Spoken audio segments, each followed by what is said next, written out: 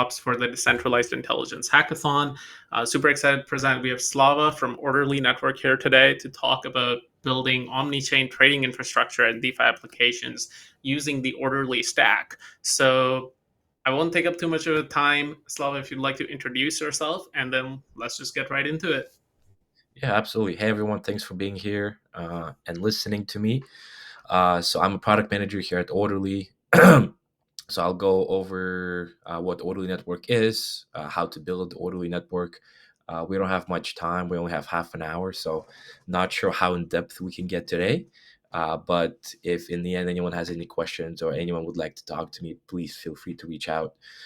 Um, yeah, should we wait a couple more minutes for others to join, or should we just get started? We can get started. This will be recorded anyway, so if anybody misses part of it, they can watch the recording afterwards, but it should be okay. Cool. All right, let's get into it then. Uh, give me one sec. Cool. So what is Orderly Network? So Orderly Network it's an omni-chain trading kind of infrastructure for developers to build their own DeFi application. So essentially, what we do at Orderly is we're providing the backend services for whatever DeFi application you have.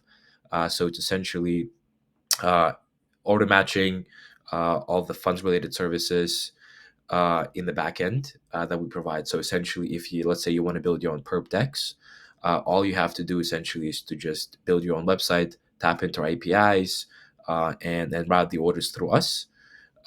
So all you have to really do is just focus on the innovation. So we take that load off of your shoulders of building your own matching engine, onboarding liquidity and stuff like that.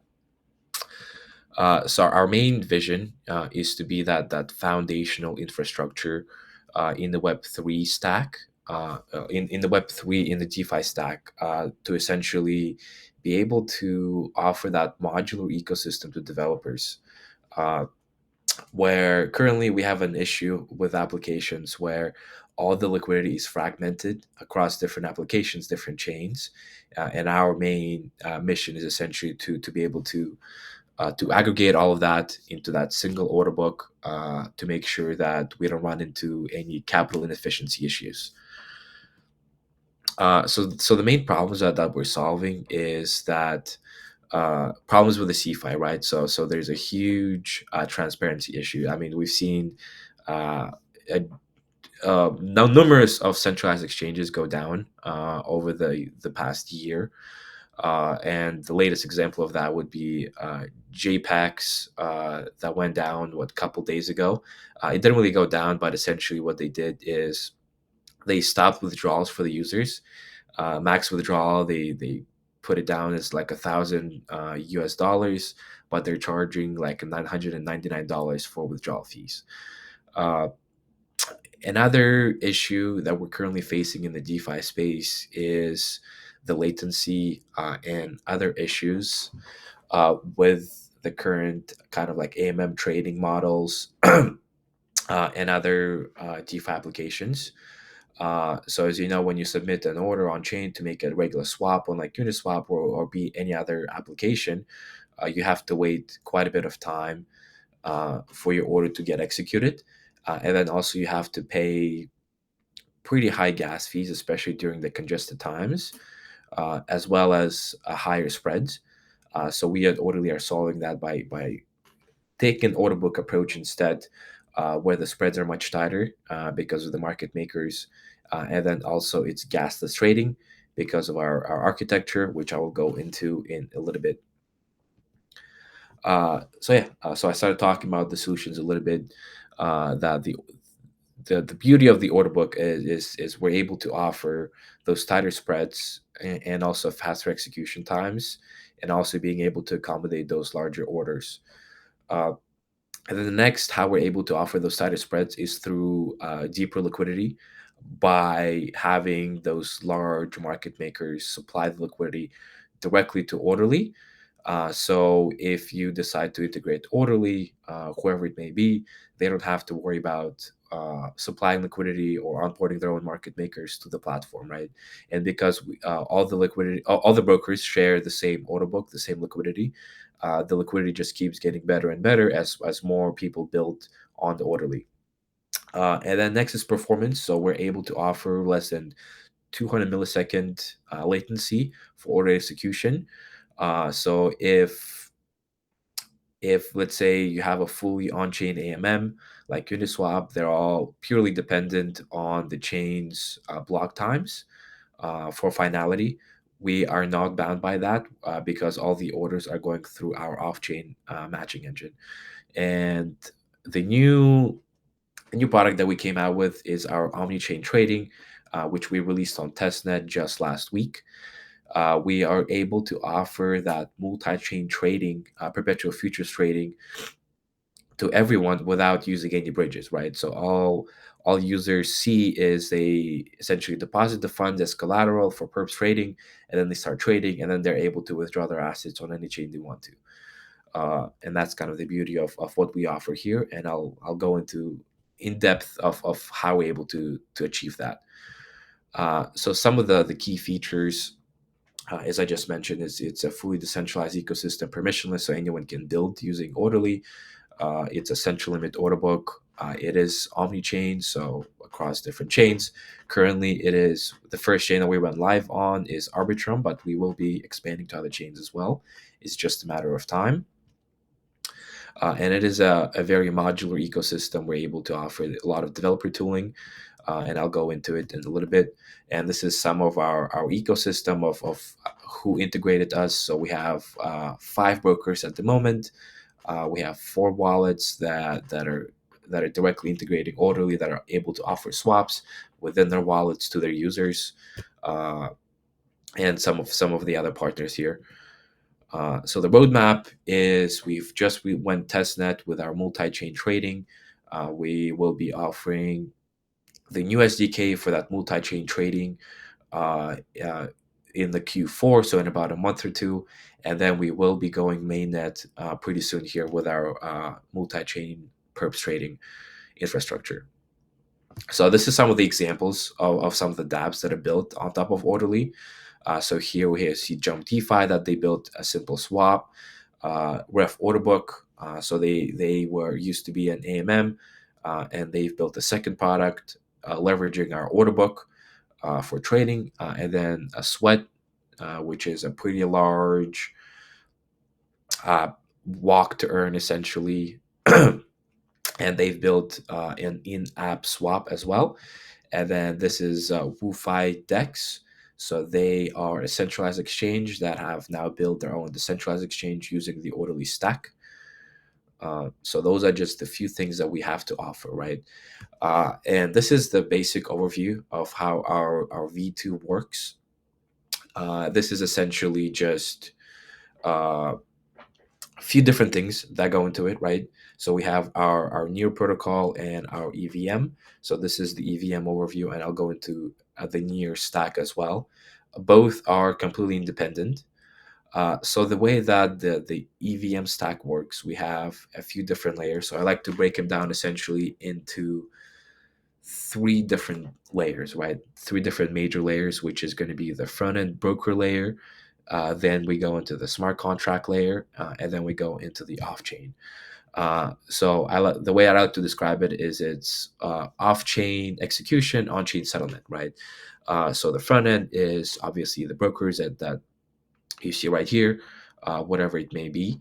And then those brokers are accessing Orderly through the smart contract or directly into the off-chain matching engine. So on the smart contract side, we have 2 modules, right? We have our settlement layer, which is going to be just an on-chain ledger currently using OP Stack. And then we have our asset vaults where the users deposit the funds into. So think of it as an escrow account, right? So when you go in, you deposit the funds into the contract, and then you're able to start trading. And the reason why we're doing like an escrow model rather than paying for every order is for efficiency and speed. So we're able to offer faster execution times because we don't have to verify to make sure that the funds actually get deposited into the account by having the assets already in that kind of escrow account. And then we have the asset vaults are communicating with each other and the settlement layer through layer zero cross chain messaging. And then everything, of course, goes through the indexer. And all the orders are going directly into the off chain matching engine. So you're kind of bypassing that smart contract layer, uh, which is able to offer that lower latency trading. And near functions similar way. The only difference is that there is no cross-chain communication and there are no asset vaults. So because everything is on a single chain, you have that settlement layer, which is the same contract as that asset layer on your protocol. But everything else more or less is staying the same. So I'll take a pause here. Does anyone have any questions so far? Let's see. Let me read through the chat.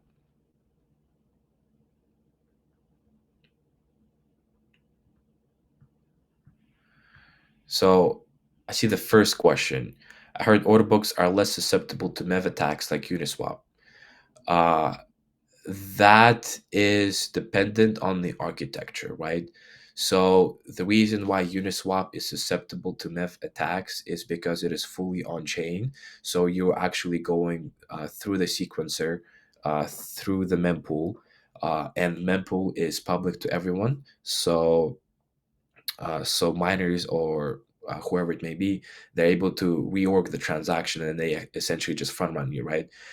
And that's the reason why we chose the off-chain architecture with orderly off-chain matching engine is to get rid of all of those MEV issues because all the execution just happens off-chain and then we're executing orders as they come.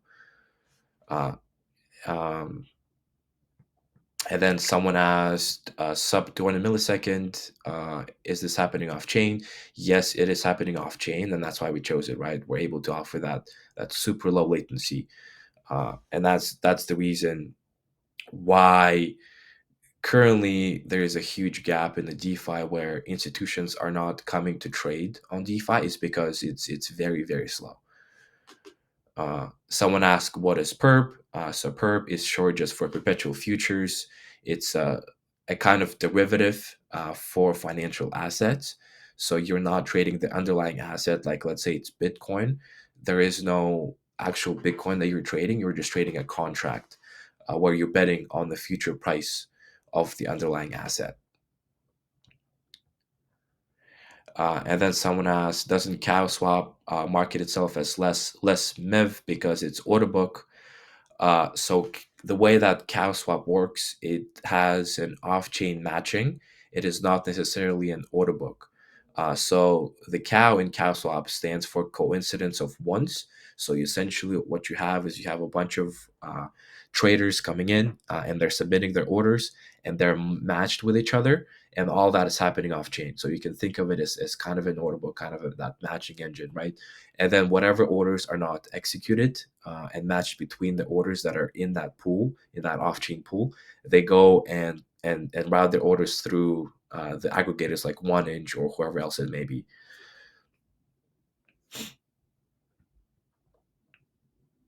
And then follow-up question. So that's similar to your off-chain matching. That is similar to our off-chain matching, yes, but a little bit different in the sense that they don't have actual limit orders and they don't have market makers.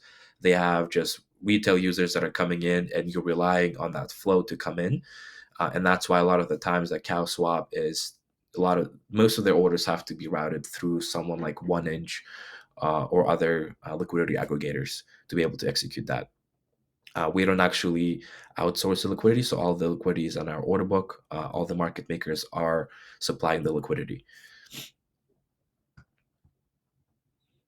Okay, so no more questions for now.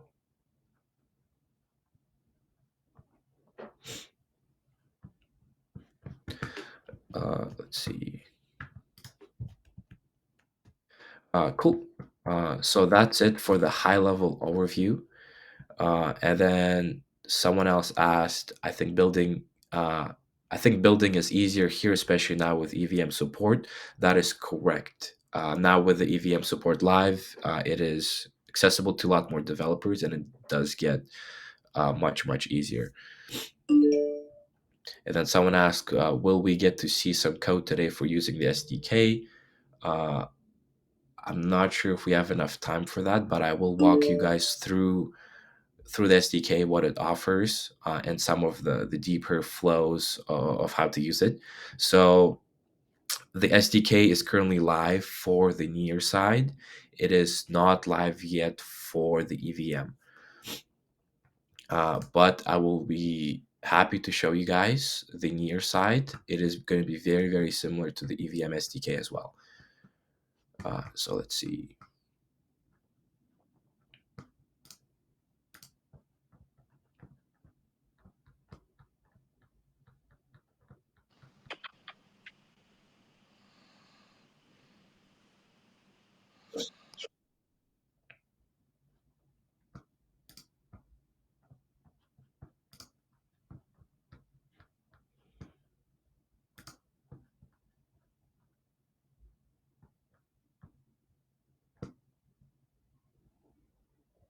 Someone asked, when is the EVM SDK coming? Will we be able to build for the EVM during the hackathon, you think? So the SDK will not be out during the hackathon, unfortunately. Uh, we were trying really hard to release it by this time, but we were not able to finish it, unfortunately. However, you can still build on Orderly just without the SDK.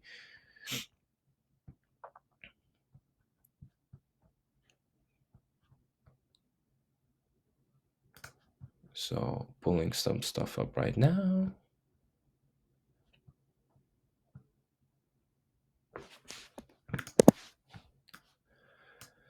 All right, so I'll go over the near SDK, very similar flows, so you guys can see it. So essentially, we have 5 main clients. So we have our contracts API, fungible token, REST API, and WebSocket. Uh, so, and to give you guys a little bit of the context, I want to walk you through some of the main flows on Orderly, right? Uh, so I like to break it into 4 different things: connecting and registering, deposit and withdrawal, Slava, trading. sorry. Yes. Sorry to butt in. I think we still see the Google Slides on the screen share. I don't know if you need to reshare. How about this? Oh, there we go. Perfect. And maybe zoom in like slightly. It's just slightly blur. Okay, that's good. Sorry. Continue. We'll go into that. And so connect and register. So essentially, the way that we work on Near is we have 2 key pairs. One is orderly key, one is trading key pair. So one is generated by the wallet, one is generated by the front end directly. So 2 different things, 2 different kinds of keys. And then on the EVM, we have only 1 key set, which is going to be that ED25519 key pair, and that is generated by the front end. Um, I'm sure a lot of you have heard about this algorithm, one of the most efficient private public key algorithms. And there is an EIP 665 for that to verify it on the smart contract as well. So the way that Near works is we have what's called function access keys. And that's very different from the EVM side, right? So the reason why Near has those function access keys is for security reasons. You're able to, instead of exposing your private key and signing everything with your private key, you're able to create those function call keys and give access to those keys for specific functions on specific contracts, right? So by creating this, you give permissions to Orderly, and then you have a list of functions that you give it access to, and then you have the trading key pair, which is what you use as a session key. So you don't have to sign each transaction that you submit. So when you place an order, you know how on Uniswap you have to sign every single order that you place. On Orderly, we'll bypass that by having that essentially session trading key, where it's stored in the cache of your browser. And as long as you don't clear the cache, or you don't kind of like reload the browser, uh, that trading key is going to be active, and that's how the signatures are signed in the backend, um, unknown to the user, right? So deposit and trading and withdrawal flows. So deposits and withdrawals are going directly into the contract. On EVM, it's different, and I'm happy to share more on EVM in a little bit. But essentially, with deposits, is you just call a smart contract method, user deposit native token or FT token transfer. So the way that NEO works is it treats fungible tokens and native tokens differently. Native tokens are the NEAR token itself, and the fungible token transfer is any other token that's not NEAR. So that's why we have two different smart contract calls to deposit either NEAR token or any other token. Uh, so essentially, you call those methods, deposit the funds, attach the deposit, and then the event gets sent to our off-chain matching engine, to where we can verify the account holding and account balance. And same thing with withdrawal. The withdrawal goes directly to the contract. You call the user request withdraw method. You select the token, you select the amount, and then the request gets sent into the off-chain engine to make sure that there are no pending orders in the back end, to make sure we avoid the double spending, where sometimes it's a vulnerability where if a user places an order to the off-chain matching engine and then requests a withdrawal at the same time, if we don't verify that there are no pending orders in the off-chain engine, then we run into an issue where the user withdraws the tokens, and they get matched with that order, and they get more funds. Um, and then the basic trading flow is we have REST APIs for that. Essentially, you submit a post request for the trade. You submit all the trade info.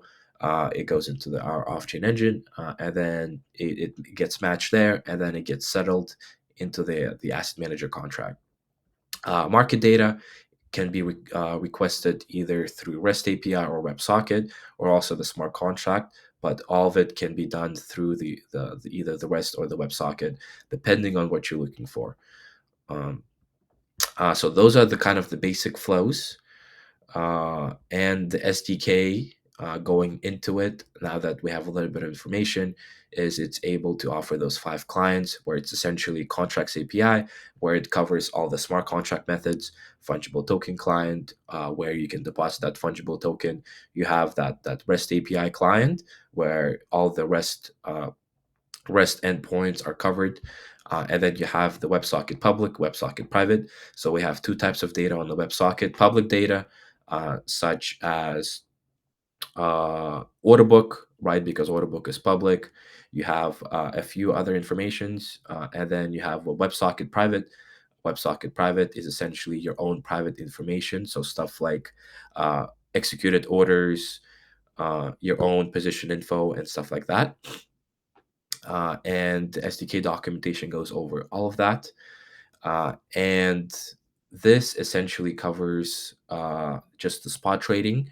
We don't have the data for perps yet, so stuff like get your maintenance margin ratio and others.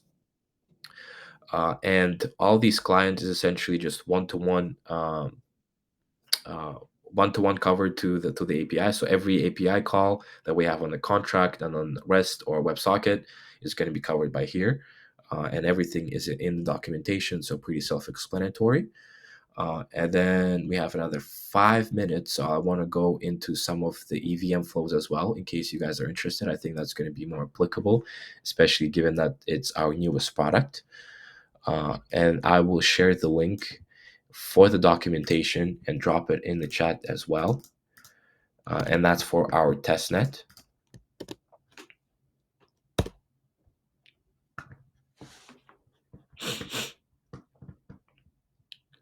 And just to walk through, right? So as I said, we only have one pair of keys for EVM, and that's that ED 25519. Front end generates that, submits it to our off chain.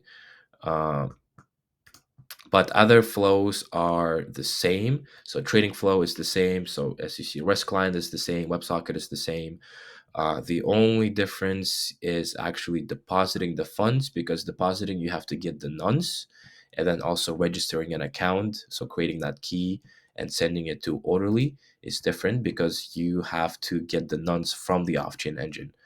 Uh, so we have an API call for retrieving that nonce, and then you have to put that nonce into the one of the fields when you submit the deposit request into the contract. So that is the high level overview. Let's see if anyone has any questions so far.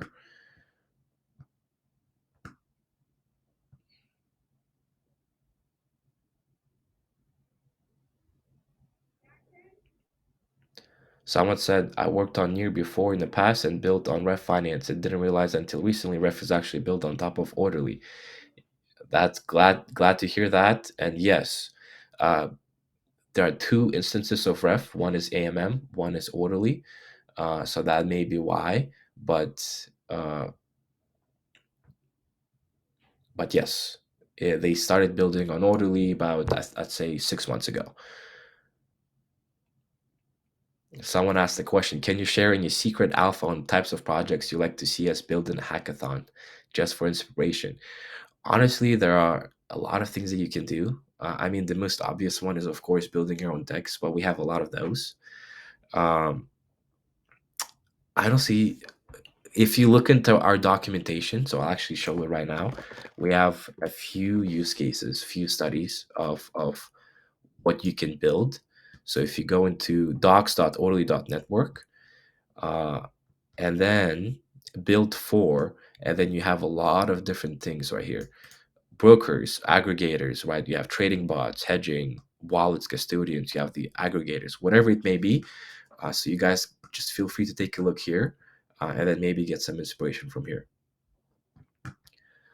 And then Richard is asking, you said EVM SDK not ready yet, so I can't really build for EVM right now, right?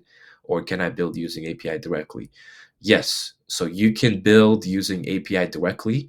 I shared the docs in the chat, but the SDK is not live. SDK just makes it easier, uh, but you can still build on Orderly, and all the walkthroughs are there.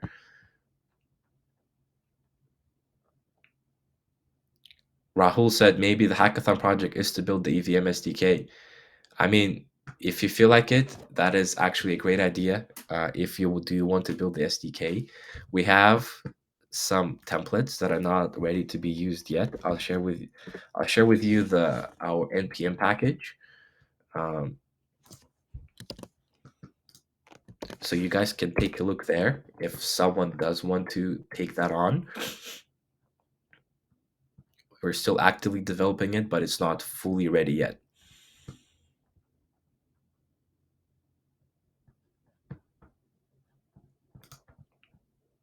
And then we do have some partners that have built their own SDKs based on our SDK and our infrastructure. So feel free to look into those as well. So someone like Ref Finance has their own SDK. Here Wallet built their own SDK based on ours. So you can kind of take inspiration from those as well, and see what they did, and then kind of take a spin and make it on your own. Someone said, another question, when you say EVM is supported, does that mean Ethereum mainnet specifically, or are there multiple EVM chains that are supported through the API? So currently, as I mentioned earlier, there's no mainnet yet. We are still in testnet. The only chain that's currently supported is Arbitrum, but we will be rolling out other chain support as well. So it looks like we are out of time here. That's one last question. Let's say we have near testnet support too. Yes, there is near testnet support as well. And everything is a documentation for all the endpoints and how to retrieve with the faucet addresses to retrieve those testnet tokens.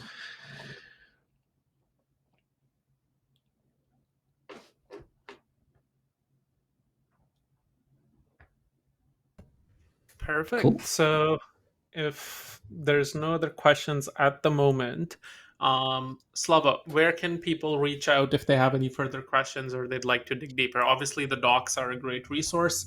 Following that, I'm guessing the Discord server. The Discord server would be the place to go to, yes. Or if you want to reach out to me directly, feel free to. I'll leave my Twitter tag here in the chat. So yeah, if you guys have any questions, yeah, feel free to let me know. Perfect. So yeah, you can reach out to Slava, reach out on the Discord for any further questions.